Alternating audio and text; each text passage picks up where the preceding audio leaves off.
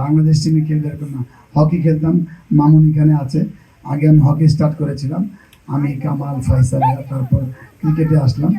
তো ওইখান থেকে তারপর আস্তে আস্তে কিছু কালেকশন করলাম, পেপার কাটিং এগুলা।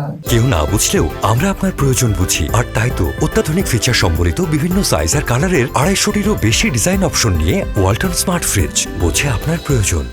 তারপর ওখান থেকে first division, second division, premier league, তো সব কিছু পেপার, তারপর অনেক কিছু কালেকশন হয়ে গেছে।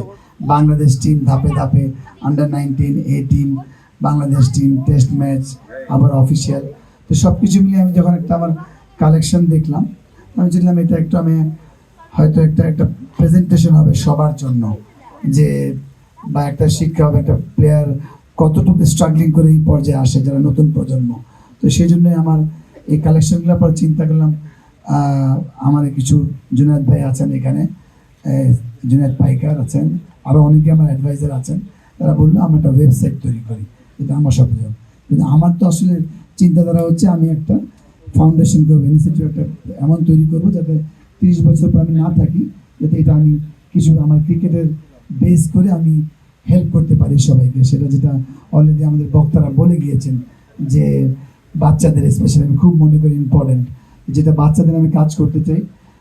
অনেক জায়গা আছে এমন, তাদের যেমন সরকারি মহিলা হল, ওদের এতিমখানা আছে, আমি ওখানে খাওয়াই।